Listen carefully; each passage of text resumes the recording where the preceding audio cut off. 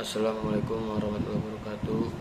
Perkenalkan, nama saya Rehan Farel Ardana Rahab dengan NIM 122376195 dari program studi teknik pertambangan angkatan 2022. Di sini saya akan mereview materi minggu ketiga, yaitu mengenai metode triangulasi.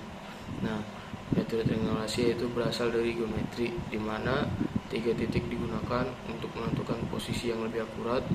Nah, untuk konteks ini yang dimaksud adalah estimasi sumber daya, berarti menggunakan 3 atau lebih metode atau sumber data untuk memperoleh gambaran yang lebih komprehensif.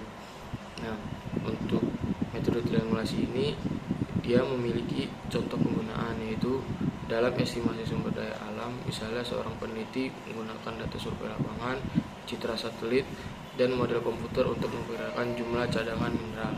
Nah, dalam metode triangulasi ini yaitu untuk mengukur suatu kadar ataupun ketebalan dalam suatu bahan galian ataupun mineral yang kita ambil. Nah, selanjutnya yaitu ada namanya jenis pemboran.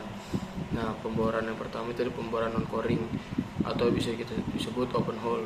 Nah, untuk open hole ini dia deskripsi dan samplingnya pada cutting, kecepatan pemborannya tinggi, biayanya rendah, akurasinya rendah, sering digunakan sebagai pilot hole, harus dilengkapi dengan geospatial logging.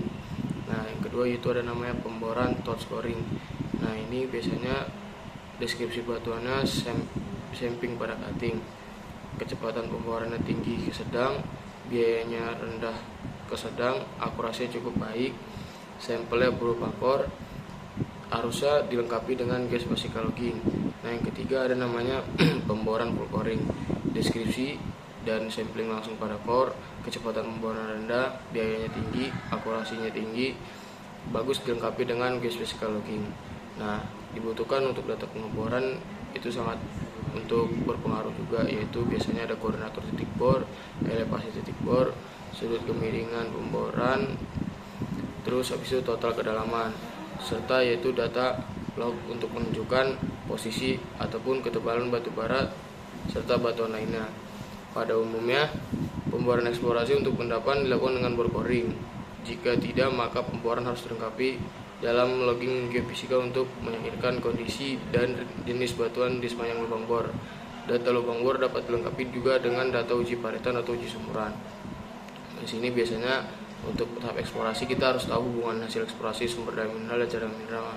Yang pertama itu adalah hasil eksplorasi, sumber daya mineral, cadangan mineral, tereka, tertunjuk, terkira, terukur, terbukti.